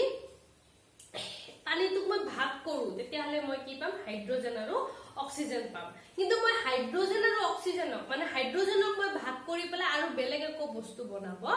নোৱাৰো। আন এটা উদাহৰণ মই দিওঁ, নিমখ। তোমালোকে নিশ্চয় জানা নিমখৰ ৰাসায়নিক সংকেত হ'ল সোডিয়াম ক্লৰাইড। ৰাসায়নিক নাম সোডিয়াম ক্লৰাইড। সোডিয়াম ক্লৰাইড হয় NaCl। তো নিমখৰ যিটো দানা, সেইটো একদম পিয়ৰ বিশুদ্ধ পদাৰ্থ। ঠিক আছে, নিমখ এটা বিশুদ্ধ পদাৰ্থ, কিন্তু নিমখ কি হয়? এটা যৌগ। কাৰণ নিমখক যদি তোমালোকে ভাঙা, তোমালোকে নৰ্মেল সাধাৰণ প্ৰক্ৰিয়াৰে নিমখক ভাঙিব নোৱাৰা। তাক যদি ৰাসায়নিক প্ৰক্ৰিয়াৰে নিমখক ভাঙা যায় তেতিয়াহলে কি হ'ব নিমখৰ পৰা সোডিয়াম বেলেগকে ওলাব আৰু ক্লোৰিন বেলেগকে ওলাব মানে কি হ'ল সোডিয়াম আৰু ক্লোৰিন লগ লাগি পেলাই এটা নতুন পদাৰ্থ উৎপন্ন কৰিছিলে গতিকে যেটো নতুন পদাৰ্থ উৎপন্ন কৰিছিলে হেতু কি হ'ব যৌগ কাৰণ তাত বেলেগ বেলেগ বস্তু লগ হৈ আছে কিন্তু নিমখটো যেতিয়া মই ভাঙিম তেতিয়া কি হ'ব সোডিয়াম আৰু ক্লোৰিন ওলালে এই যেটো সোডিয়াম হেতু কি হয় এটা পিওৰ মৌল ক্লোৰিন এটা মৌল সোডিয়ামক আৰু ভাঙিব নোৱাৰি তো যেটো ৰাসায়নিক বিক্ৰিয়াৰে ভাঙিব নোৱাৰি এটা কথা মনত ৰাখিবা ৰাসায়নিক বিক্ৰিয়াৰে কাৰণ তাক বেলেগ বিক্ৰিয়াৰে বেলেগ প্ৰসেছত ভাঙিব পাৰি হেতু বেলেগ কথা এতিয়া আমাক নালাগে যেটো তুমি ৰাসায়নিক বিক্ৰিয়াৰে ভাঙিব নোৱাৰো ৰাসায়নিক পৰিৱৰ্তন কৰি ভাঙিব নোৱাৰো হেতু কি হ'ব মৌল আৰু যিবোৰ মৌল লগ লাগি এটা নতুন পদাৰ্থ উৎপন্ন হয় হেতু হৈ গল যৌগ আমি যে চেনি খাও গ্লুকোজ তোমালোকে জানা গ্লুকোজত কি থাকে C6H12O6 এইটো হল কাৰ্বন এইটো হল হাইড্ৰোজেন আৰু এইটো হল অক্সিজেন এটা কথা চাবা তোমালোকে যে এই মৌলবোৰ যেতিয়া লগ লাগে যেতিয়া এটা যৌগ উৎপন্ন কৰে সি এটা নিৰ্দিষ্ট অনুপাতত লগ লাগে এনেকুৱা নহয় যে মই এতিয়া কৈছো যে হাইড্ৰোজেন আৰু অক্সিজেন লগ লাগি পেলাই পানী উৎপন্ন হৈছে তো হাইড্ৰোজেন আৰু অক্সিজেন লগ লাগি পানী উৎপন্ন কৰোতে কি কৰিছে হাইড্ৰোজেনৰ দুটা অণু লগ লাগিছে কাৰ লগত পানীৰ এটা অণুৰ লগত এনেকুৱা নহয় যে হাইড্ৰোজেনৰ এটা আৰু অক্সিজেনৰ এটা লগ লগাই দিলে পানী হ'ব সদায় যৌগ হ'বলৈ এটা নিৰ্দিষ্ট অনুপাত লাগিব মিশ্ৰণ আৰু যৌগৰ এইটোৱে পাৰ্থক্য মিশ্ৰণত আমি যিকোনো ধৰণে বস্তুটো মিলি গুলি দিলে এটা মিশ্ৰণ উৎপন্ন হয় তাত না অনুপাতৰ কথা আছে নে ৰাসায়নিক বিক্ৰিয়াৰ কথা আছে জাস্ট তাক মিহলাই জুকাৰি দিয়া মিহলাই থৈ দিয়া হি মিশ্ৰণ কিন্তু যৌগ হ'বলৈ হলে এটা নিৰ্দিষ্ট অনুপাতত মৌলবোৰ লগ লাগিব লাগিব এক নম্বৰ কন্ডিশন আৰু দুই নম্বৰ কন্ডিশন এটা ৰাসায়নিক বিক্ৰিয়া হৈ এটা নতুন পদাৰ্থ উৎপন্ন হ'ব তেতিয়াহে এইটো যৌগ হ'ব আৰু যেটো নতুন পদাৰ্থ উৎপন্ন হ'ব তাক তুমি ভৌতিক প্ৰক্ৰিয়াৰে সেপাৰেট কৰিব নোৱাৰা মানে আমি যে ইমান এতিয়ালৈকে 7টা প্ৰসেস পঢ়িছিলো নে নাই বাষ্পীভৱন স্ফটিকীকৰণ পাতন আংশিক পাতন এটসেট্ৰা এটসেট্ৰা তো এইবোৰ পদ্ধতিৰে তোমালোকে যৌগ এটাৰ পৰা মৌলবোৰ ভাগ কৰি উলিয়াব নোৱাৰা কিছুমান বিশেষ পদ্ধতিৰ দ্বাৰাহে তুমি যৌগ এটাৰ পৰা মৌলবোৰ ভাগ কৰিব পাৰিবা যেনেকৈ অলপ আগতে মগ এটাত যে দেখাইছিলো পানীৰ পৰা হাইড্ৰোজেন আৰু অক্সিজেন ওলাইছিলে সেই প্ৰশ্নটো কি আছিল পানীৰ পৰা হাইড্ৰোজেন ওলাই যোৱা প্ৰক্ৰিয়াটো কি হয় ৰাসায়নিক প্ৰক্ৰিয়া ৰাসায়নিক পৰিৱৰ্তন আৰু ৰাসায়নিক পৰিৱৰ্তন হলে কি হয় আমি যৌগৰ পৰা মৌল পাব পাৰো অলপমান আইডিয়া পাইছা সাগে মৌল আৰু যৌগৰ আৰু নেক্সট চেপ্টাৰত আমি এই মৌল কি যৌগ কি তাৰ ওপৰতে সম্পূৰ্ণ দুটা চেপ্টাৰ আছে তোমালোকৰ 3 আৰু 4 প্ৰথম মৌল কেনেকুৱা পাবা মৌলৰ গঠন কেনেকুৱা পাবা তাৰ পিছত পাবা যে দুটা মৌল কেনেকৈ লগ লাগে তিনটা মৌল কি অনুপাতত কি প্ৰক্ৰিয়াৰে লগ লাগে এই সকলোবোৰ তোমালোকে 3 আৰু 4 চেপ্টাৰত পঢ়িবা গতিকে এতিয়া অলপমান কিবা এটা আইডিয়া লৈ লোৱা নেক্সট চেপ্টাৰত আমি একদম ডিটেইলছত ক্লিয়াৰলি পঢ়িম একদম চিন্তা নকৰিবা তো এতিয়া ধৰা তোমালোকে বুজি পাইছা যে নিমখ এটা বিশুদ্ধ বস্তু চেনি নিমখ পানী এটা মিশ্ৰণ আৰু এই নিমখ যেটো বিশুদ্ধ পদাৰ্থ সেই পদাৰ্থটো কি হয় এটা যৌগ তাত দুটা মৌল লগ লাগি আছে কি মৌল সোডিয়াম আৰু ক্লোৰাইড তো জুনে প্ৰথম মৌল আৰু যৌগৰ কনসেপ্ট দিছিলে তেওঁ কি কৈছিলে যে মৌল হল পদাৰ্থৰ মূল বা আধাৰ যাক কোনো ৰাসায়নিক বিক্ৰিয়াৰ দ্বাৰা পুনৰ সৰলতৰ অৱস্থালৈ বিভাজিত কৰিব পৰা নাযায় মানে তুমি পানীটোক ভাঙি হাইড্ৰোজেন অক্সিজেন কৰিলা মানে কি হল পানী এটা যৌগ হৈ গল কিন্তু হাইড্ৰোজেন আৰু অক্সিজেনটো তোমালোকে পুনৰ ভাঙিব নোৱাৰা যদি এটা বস্তু আৰু ভাঙিব নোৱাৰি তেতিয়ালে হেতু কি হ'ব মৌল গতিকে মৌল কি হ'ব লিমিটেড ইমানটা মৌলই পৃথিৱীত আছে কিন্তু যৌগ কি হ'ব ইনফাইনাইট কাৰণ ইনফাইনাইট নহয় বাৰু বাট ষ্টিল ইনফাইনাইট মানে অসীম বুলি ধৰি লব পাৰা কাৰণ বেলেগ বেলেগ মৌল বেলেগ বেলেগ সংযুক্তি বেলেগ বেলেগ অনুপাতত লগ লাগি যৌগ উৎপন্ন কৰিয়ে থাকিব কিন্তু মৌল কি হয় এতিয়ালৈকে পৃথিৱীত কিমানটা মৌল আছে 118টা তাৰে 92টা প্ৰাকৃতিক আৰু 26টা কৃত্ৰিমভাৱে ৰাসায়নিক পৰীক্ষাগাৰত উৎপন্ন কৰা হৈছে। তো 118টা মৌলই পৃথিৱীত আছে, কিন্তু তোমালোকে যদি এটা চাৰিওপিনে চোৱা তোমালোকৰ সন্মুখতে চাগে 118তকৈ বেছি বেলেগ বেলেগ পদাৰ্থৰ বস্তু আছে। তো এই যে বেলেগ বেলেগ বস্তুবোৰ এইবোৰ কি হয়, বিভিন্ন মৌল লগ লাগি কিছুমান যৌগ উৎপন্ন কৰিছে। সাধাৰণতে আমাৰ চাৰিওপিনে মৌল তুমি কমে পাবা, কাৰণ মৌলবোৰে কিহবাৰ লগত সদায় লগ লাগি যৌগ উৎপন্ন কৰে। বহুত কমহে আছে এনেকা যি কাৰো লগত একো বিক্ৰিয়া নকৰাকে নিজা নিজাকে থাকে। তো সেই নিজা নিজাকে থকাবোৰৰ বিষয়েও পাবা। তো 118টাত hydrogen, oxygen, helium, lithium, beryllium, boron, carbon, nitrogen, oxygen, fluorine, এনেকে 11 মৌল। কিমান? 118টা। সোণ, ৰূপ, আইৰন, কপাৰ, কাৰ্বন, এইবোৰ সব কি হয়? এটা এটা মৌল হয়। ঠিক আছে, এতিয়া মৌলৰ বিষয়ে কি পঢ়িম আমি? এইটো কৈ গলো, এইখিনি তোমালোকৰ আছে এক্সট্ৰাত আছে, বাট এইখিনি ইম্পৰ্টেণ্ট কাৰণে মই একেলগে ভৰাই দিছো। বৰ্তমানলৈ আৱিষ্কৃত মৌল সংখ্যা হল 118টা। ইয়াৰে 92টা মৌল প্ৰাকৃতিক আৰু 26টা কৃত্ৰিম। বেছিভাগ মৌলই গোটা বা কঠিন অৱস্থাত থাকে, যেনেকে লৌহ, সোণ, ৰূপ, সোডিয়াম, এইবোৰ কি হয়? গোটা বা কঠিন অৱস্থাত থাকে।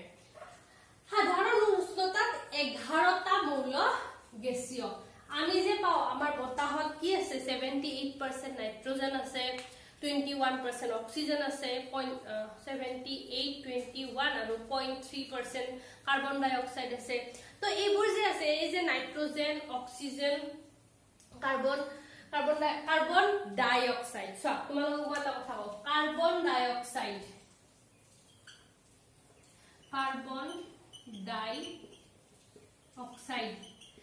CO2, ইয়াতে কাৰ্বন আৰু অক্সিজেন ই লগ লাগি এটা যৌগ উৎপন্ন কৰিছে। গতিকে কাৰ্বন ডাই অক্সাইড কি হয়? এটা মৌল নহয়, তাত কাৰ্বন আৰু অক্সিজেন দুটা মৌল লগ লাগিছে। কি অনুপাতত? কাৰ্বন এটা দুটা অক্সিজেনৰ লগত লগ লাগিছে। তো হিলিয়াম, নিয়ন, এইবোৰ গেছৰ নাম নিশ্চয় শুনিছা। সেনেকে কিমানটা গেছ আছে? সাধাৰণ উষ্ণতাত কেৱল মাত্ৰ 11টা মৌলহে গেছীয় অৱস্থাত থাকে। সাধাৰণ মানে আমি যিটো অৱস্থাত থাকো, এই 20ৰ পৰা 30 ডিগ্ৰী বা ধৰি লোৱা 10 ডিগ্ৰী, ঠাণ্ডা দেশতো 10-5 ডিগ্ৰী থাকে, 5-10 ডিগ্ৰীৰ পৰা এফালে 40-50 মানৰ 40 মানলৈকে আমি সাধাৰণ উষ্ণতা ধৰিব পাৰো। সেই সাধাৰণ উষ্ণতাত কি হয়? 11টা মৌল গেছীয়। এতিয়ালৈকে এইখিনি বুজিলে হ'ব, আৰু ডিটেইলছত আমি নেক্সট চেপ্টাৰত পঢ়িম। এতিয়া সব মৌলক আমি কি কৰো? 3টা ভাগত ভাগ কৰো, ধাতু, ধাতুকল্প আৰু অধাতু। তো এতিয়া ধাতুকল্প, অধাতু এইবোৰৰ বিষয়ে আৰু পাম। এতিয়া জাস্ট নাম 3টা জানিলে হ'ব, নাম আৰু ধৰ্ম আছে কিতাপত, সেইখিনি আহিম। ধাতুৰ উদাহৰণ লৌহ, তাম, ৰূপ, সোণ, এইবোৰ ধাতু। তোমালোকে ধাতু সকলোৱে জানা। অধাতুৰ উদাহৰণ হল সিলিকন, জাৰ্মেনিয়াম, বৰন ইত্যাদি। সৰি, ধাতুকল্পৰ উদাহৰণ। আৰু অধাতুৰ উদাহৰণ হল অক্সিজেন, ফ্লোৰিন, ব্ৰোমিন, এইমাত্ৰ পাইছো সোডিয়াম, এইবোৰ সব কি হৈ যায়? অধাতু। ধাতু, ধাতুকল্প আৰু অধাতু। তো ধাতুৰ কিছুমান গুণ আছে আৰু যিবোৰ গুণ নাই সেইবোৰ অধাতু। আৰু কিছুমান কি হয়? এই ধাতুৰো অলপমান গুণ আছে, অধাতুৰো অলপমান আছে, মাজতে আছে। সেই মাজতে থকাবোৰক কি কম আমি? ধাতুকল্প। তাৰ পিছত চোৱা যৌগ। যৌগত কি হয়? 2 বা ততোধিক মৌলই এক নিৰ্দিষ্ট অনুপাতত মিলিত হৈ এটা যৌগ গঠন কৰে। সবতকে বেষ্ট এক্সাম্পল হল পানী, H2O। তো ইয়াতে কি অনুপাত? হাইড্ৰজেনৰ 2টা, অক্সিজেনৰ 1টা। নিৰ্দিষ্ট অনুপাতত 2 বা ততোধিক, কেতিয়াবা 3টা হ'ব পাৰে, যেনেকে glucose C6H12O6, carbon, hydrogen, oxygen. 2টাতকে বেছি 3টা, কৰবাত 4টাও থাকিব পাৰে, 5টাও থাকিব পাৰে, এনেকুৱা। তো 2টা বা ততোধিক, 2টাতকে বেছি মৌলই এক নিৰ্দিষ্ট অনুপাতত, ইয়াতে 2টা হাইড্ৰজেন, 1টা অক্সিজেন। ইয়াতে কি অনুপাত? কাৰ্বন 6টা, হাইড্ৰজেন 12টা, অক্সিজেন 6টা। এই অনুপাতত মিলিত হৈ এটা নতুন যৌগ গঠন কৰে। ঠিক আছে, এইখিনি হৈ গ'ল মৌল আৰু যৌগৰ পাৰ্থক্য। এটা কথা সদায় মনত ৰাখিবা, মৌলই হওক যৌগই হওক, সেইটো কিহৰ ভাগ হয়? বিশুদ্ধ পদাৰ্থৰ। গতিকে তোমালোকে এনেকে ভাবিব পাৰা যে পদাৰ্থ কেটা ভাগত বিশুদ্ধ আৰু অশুদ্ধ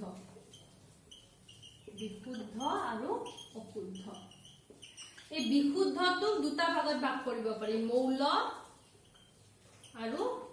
যৌগ আৰু এই অশুদ্ধ মানে কি হয় মিশ্ৰণ এটা অশুদ্ধৰ পৰা মিশ্ৰণ নহয় দে অশুদ্ধ মানে মিশ্ৰণ আৰু মিশ্ৰণৰ আমাৰ দুটা ভাগ সমসত্ব আৰু অসমসত্ব বা আমি কি পঢ়িছিলো চাৰিটা পঢ়িছিলো নেকি দ্ৰৱ কলয়দীয় সেইবোৰ মিশ্ৰণৰ আকাৰৰ ওপৰত নিৰ্ভৰ কৰে দ্ৰৱণ কলয়দীয় আৰু প্ৰক্ষেপণ আছিল তিনটা আছিল চাৰিটা নহয় তো পদাৰ্থ দুটা ভাগ বিশুদ্ধ আৰু অশুদ্ধ বিশুদ্ধৰ দুটা ভাগ মৌল আৰু যৌগ অশুদ্ধ মিশ্ৰণক আমি অশুদ্ধ বুলি কওঁ মানে এটা বস্তু যদি আন এটা বস্তু মিক্স হৈ থাকে এটো মিশ্ৰণ তোমালোকে যৌগ আৰু মিশ্ৰণৰ পাৰ্থক্য বুজিবা যে যৌগটো নিজে এটা পদাৰ্থ হৈ যায় এনেকা নহয় যে দুটা তিনটা বস্তু মিক্স কৰি দিছো এটো যৌগ হি তাৰ নিজৰ এটা কি কো আইডেন্টিটি আছে পৰিচয় আছে যেনেকে নিমখ বিশুদ্ধ হয় নে নাই তো নিমখ এটা যৌগ পানী বিশুদ্ধ হয় কিন্তু পানী এটা যৌগ তাৰ নিজা মই পানী মই নিমখ এনেকে ক'ব পাৰে কিন্তু নিমখ পানী চেনি পানী এইবোৰ একো নিজা নাই নিমখ মিক্স কৰিছো চেনি মিক্স কৰিছো নিমখ পানী চেনি পানী হৈছে কোনোবাটো বেছি নিমখ হ'ব কোনোবাটো কম নিমখ হ'ব 5 গিলাস বেলেগ বেলেগ পানী তুমি বেলেগ বেলেগ নাম্বাৰ অফ চামুচে দি নিমখ মিক্স কৰিলা এটা 1 চামুচ দিলা 2 চামুচ 3 চামুচ 4 চামুচ প্ৰতিটোৰে কি হ'ব নিমখিয়াটো বেলেগ বেলেগ হ'ব গতিকে হেতু একো নিজা পৰিচয় নাই কিন্তু যৌগটো কি হয় পানী তুমি যতে খোৱা পিওর পানী সবতে একে লাগিব তো হেতু হৈ গল যৌগ তো বিশুদ্ধ এটো অশুদ্ধ এতিয়া আমি কি পঢ়িম যে এই মৌলৰ যে ধাতু আছে এই ধাতুৰ যিবোৰ ধৰ্ম আছে হেবোৰ পঢ়িম মই এটা বোৰ্ডত লিখি নিদু ডাইৰেক্ট কিতাপখনৰ পৰা আলোচনা কৰি দিম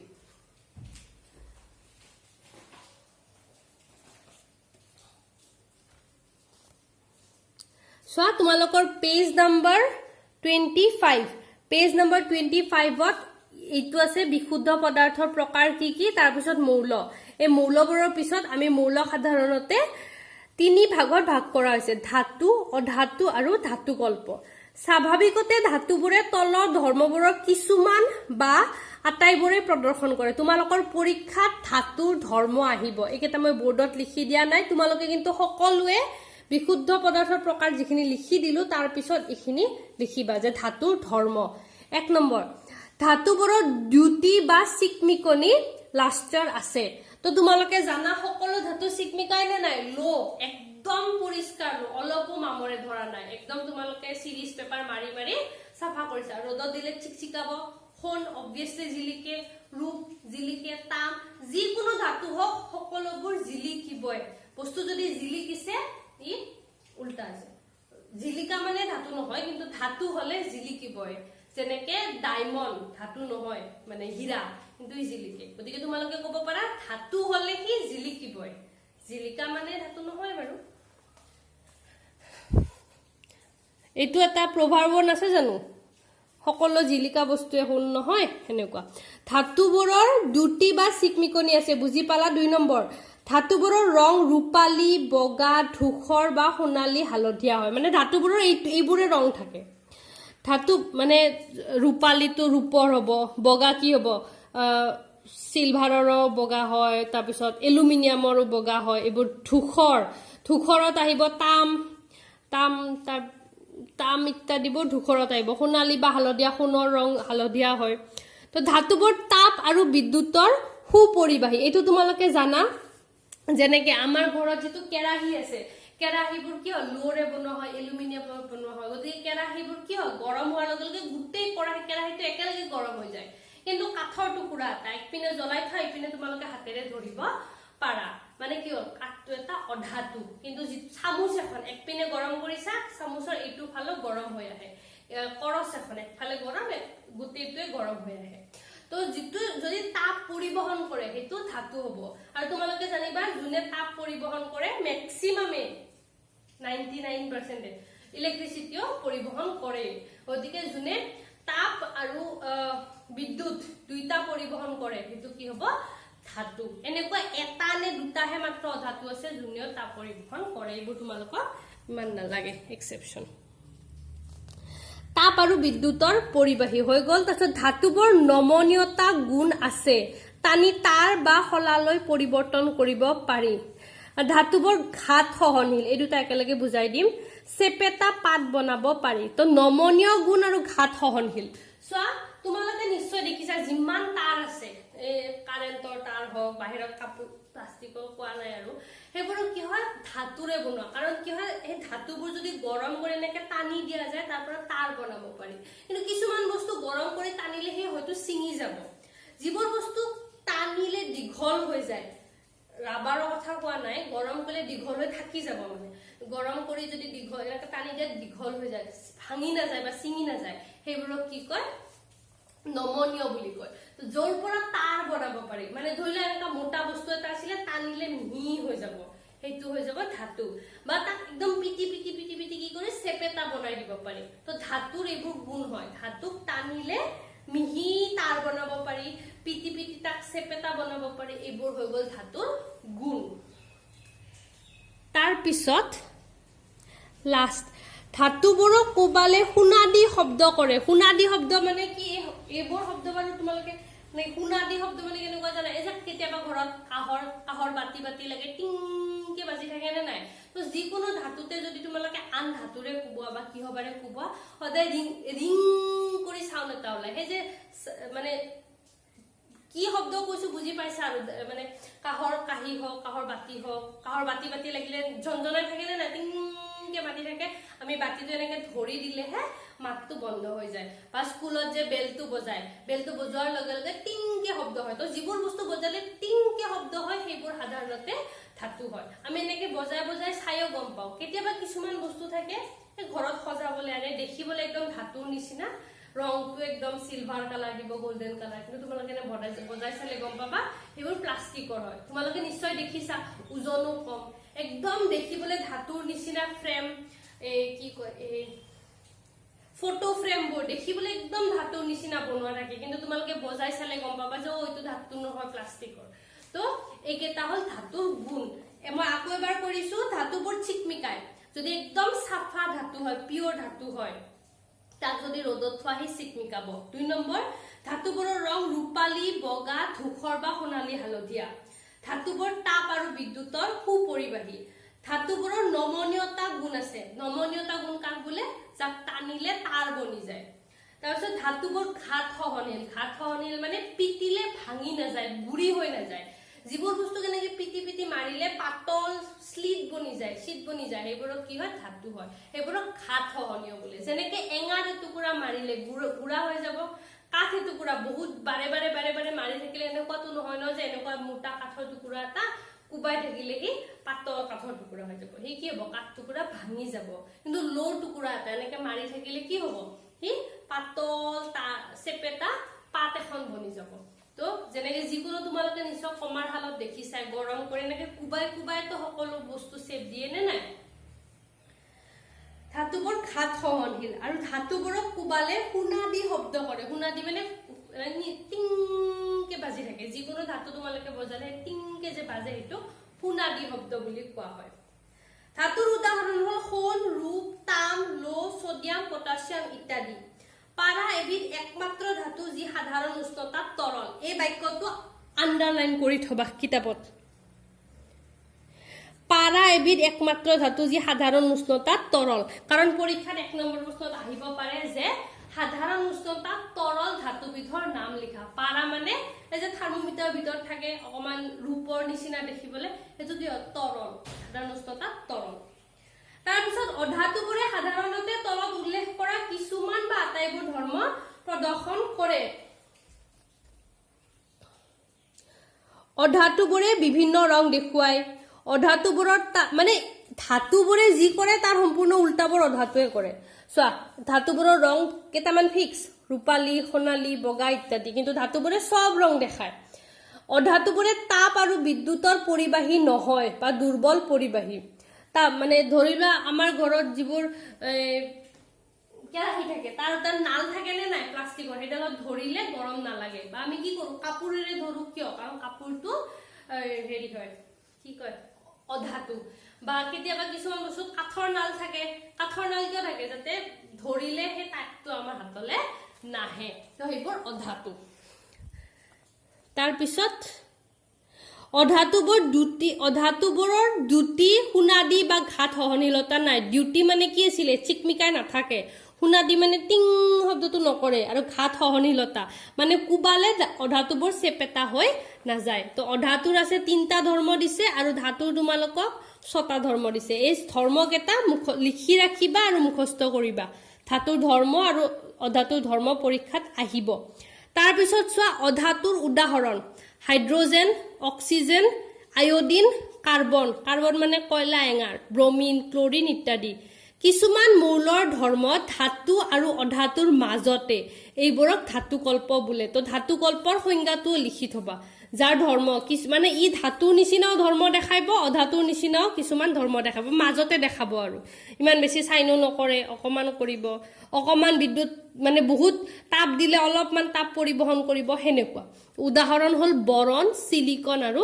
জাৰ্মেনিয়াম তো ইয়াৰ পৰা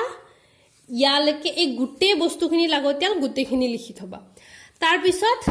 অধিক জ্ঞানৰ বাবে এইখিনি মই অলৰেডি বোৰ্ডত ইয়াতে লিখাই দিছো তাৰ পিছত যৌগ দুটা বা ততোধিক মৌলই ৰাসায়নিকভাৱে এক নিৰ্দিষ্ট অনুপাতত মিলিত হৈ এটা যৌগ গঠন কৰে দুই বা ততোধিক মৌল লগালে এই কাৰ্যকলাপটো তোমালোকে এতিয়া কৰিব এনেও নোৱাৰা কাৰণ বহুত কিবা কিবি বস্তু লাগে আৰু এই কাৰ্যকলাপটোৰে আসলতে যৌগ আৰু মিশ্ৰণৰ পাৰ্থক্য বুজাব চেষ্টা কৰিছে তো এই যৌগ আৰু মিশ্ৰণৰ পাৰ্থক্য বুজাবলে কাৰ্যকলাপটো কৰিব পাৰিলেতো লাগে কিন্তু আমাৰটো নহব গতিকে আমি কাৰ্যকলাপটো কি আছে আমি ইমান পঢ়ি নাথাকো এতিয়ালৈকে আমি যিমান পঢ়িলো গম পালো যে বিশুদ্ধ হলে মৌল আৰু যৌগ হ'ব অশুদ্ধ হলে মিশ্ৰণ হ'ব তো তোমালোকে ইয়াতে মিশ্ৰণ আৰু যৌগৰ পাৰ্থক্য দিছে মৌল বা যৌগবোৰ মাত্ৰ মিহলিলে হয় কোনো নতুন পদাৰ্থ উৎপন্ন নহয় মিশ্ৰণত তুমি জাস্ট মিক্স কৰিলে হল পানীত 1 চামুচ দিয়া 10 চামুচ দিয়া চেনি হি চেনি পানী হ'বই মৌলবোৰৰ বিক্ৰিয়া কৰি নতুন পদাৰ্থ উৎপন্ন কৰে উপাদানবোৰৰ সংযুক্তি ভিন ভিন হ'ব পাৰে মানে এই মাত্ৰ কলুনে নাই 1 চামুচ দিলেও চেনি পানী 2 চামুচ দিলেও চেনি পানী কিন্তু প্ৰতিটো নতুন পদাৰ্থৰ উপাদানবোৰৰ সংযুক্তি সদায় নিৰ্দিষ্ট যেনেকৈ পানী হ'বলে হলে দুটা হাইড্ৰোজেন আৰু এটা অক্সিজেনে লাগিব এনেকা নহয় যে এটা হাইড্ৰোজেন এটা অক্সিজেন মিহলালো বা এটা হাইড্ৰোজেন দুটা অক্সিজেন মিহলালো পানী পাম কেতিয়াও নাপাও গতিকে যৌগ হ'বলে সংযুক্তি মানে অনুপাতটো ফিক্স কিন্তু মিশ্ৰণত অনুপাতটো বেলেগ বেলেগ মিশ্ৰণে উপাদানৰ ধৰ্মকে দেখুৱায় উপাদানৰ ধৰ্মকে মানে কি চেনি পানীয়ে কি দেখাব চেনি আৰু পানীৰ ধৰ্মই দেখায় পানী পনিয়া পানী খালে যেনেকা পিয়াহ কমে হেনেকুৱাই আৰু চেনি কাৰণে হি মিঠা হয় গতিকে মিশ্ৰণে কি কৰিব তাত যিবোৰ উপাদান আছে তাৰে ধৰ্মবোৰ দেখায় কিন্তু যৌগত নতুন পদাৰ্থৰ ধৰ্ম সম্পূৰ্ণ বেলেগ এই মই পানীৰ উদাহৰণতে বাৰে বাৰে দিছো কাৰণ সেইটো আমি জানা কথা হাইড্ৰোজেন আৰু অক্সিজেন দুইটা মিলি পেলাই কি হয় পানী কিন্তু হাইড্ৰোজেনটো গ্যাস হয় অক্সিজেনটো গ্যাস হয় কিন্তু দুইটা লগ লাগি কি এটা বস্তু উৎপন্ন কৰিছে তৰল পদাৰ্থ এটা উৎপন্ন কৰিছে গতিকে নতুন পদাৰ্থটোৰ সম্পূৰ্ণ নিজা এটা ধৰ্ম থাকে কিন্তু মিশ্ৰণৰ নিজা একো ধৰ্ম নাথাকে উপাদানবোৰ ভৌতিক পদ্ধতিৰে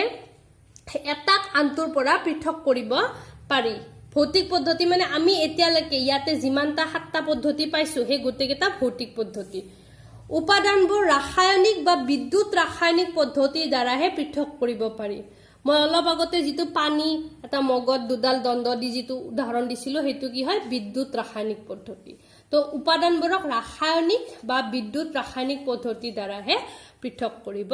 পাৰি তো এইখিনি হৈ গল মিশ্ৰণ আৰু যৌগৰ পাৰ্থক্য পৰীক্ষাত মিশ্ৰণ যৌগৰ পাৰ্থক্য আহিব পাৰে নাইবা ধাতু অধাতুৰ পাৰ্থক্য আহিব পাৰে নাইবা মৌল যৌগৰ পাৰ্থক্য আহিব পাৰে যিকোনো বস্তু আহিব পাৰে তাৰ পিছত ফাইনালি এখন যে মই আকি দিছো এইখনে ইয়াত উদাহৰণ হহ আছে সোৱা পদাৰ্থ গোটা তৰল গ্যাস এইকেটা পদাৰ্থৰ অৱস্থা গোটা তৰল গ্যাস পদাৰ্থ দুটা ভাগত ভাগ কৰিব পাৰি বিশুদ্ধ পদাৰ্থ আৰু মিশ্ৰণ বিশুদ্ধৰ দুটা ভাগ মৌল আৰু যৌগ আৰু মিশ্ৰণৰ দুটা ভাগ সমসত্ব আৰু অসমসত্ব আৰু ইয়াতে জাস্ট ধৰ্ম কেইটা দিছে এইবোৰ ধৰ্ম আমি আগতে পাই আহিছো এটা এটা ধৰ্ম দিছে মৌল সৰল পদাৰ্থলৈ ভাঙিব নোৱাৰি সংজ্ঞাটো যৌগ নিৰ্দিষ্ট সংযুক্তি আছে ৰাসায়নিক বা বিদ্যুৎ ৰাসায়নিক পদ্ধতিৰে মৌললৈ ভাঙিব পাৰি সমসত্ব একে ৰকমৰ সংযুক্তি মানে গুটেই মিশ্ৰণটোৰ প্ৰতিটো অংশতে কি হ'ব বস্তুটোৰ অনুপাত একে থাকিব বিভিন্ন সংযুক্তি অসমসত্ব হলে বিভিন্ন সংযুক্তি হ'ব তো উদাহৰণ মৌল উদাহৰণ তাম অক্সিজেন লো হাইড্ৰোজেন পাৰা ইত্যাদি যৌগৰ উদাহৰণ পানী মিথেন চেনি ইত্যাদি সমসত্ব চেনি পানী নিমখ পানী অসমসত্ব চেনি বালি চেনি আৰু বালি চেনি আৰু নিমখ পানী আৰু তেল ইত্যাদি তো তোমালোকৰ চেপ্টাৰটো ইয়াতে শেষ হ'ল ইয়াৰ পিছৰ ক্লাছত আমি তোমালোকে কি শিকিলাখিনি আমি নেক্সট ক্লাছত আকৌ এবাৰ মাতি ৰিভাইজ কৰিম আজি ৰিভাইজ কৰিলে কামত নাহিব কাৰণ আজি পঢ়িছোহে নেক্সট ক্লাছত ৰিভাইজ কৰিলে কি পঢ়িছো আকৌ এবাৰ মনত পৰিব আমি কি পঢ়িলো কি শিকিলো খিনি হিদিনা পঢ়িম আৰু অনুশীলনী আৰম্ভ কৰিম আজি যিখিনি লিখি ৰাখিব দিছো সেই গুটেখিনি লিখিবা বোৰ্ডতো লিখি দিছো তাৰ উপৰি ধাতু আৰু অধাতুৰ যিখিনি ধৰ্ম ইয়াতে পালো পেজ নম্বৰ 25 এইখিনি ধাতুৰ ধৰ্ম 6টা আৰু অধাতুৰ ধৰ্ম 3টা এইখিনি লিখি ৰাখিবা তো আজিৰ ক্লাছটো ইমানতে এৰিছো আশা কৰো তোমালোকে সকলোৱে ভালদৰে পঢ়া-শুনা কৰি থাকিবা স্কুল বন্ধ বুলি নপঢ়াকে নাথাকিবা কাৰণ তোমালোকে পঢ়িলে কেতিয়া স্কুল খুলে কেতিয়া হঠাৎ পৰীক্ষা হৈ গলে তোমালোকৰ বহুত প্ৰবলেম হৈ যাব পাৰে গতিকে আজিলৈ ইমানে অহাকালি আকৌ লগ পাম থেংক ইউ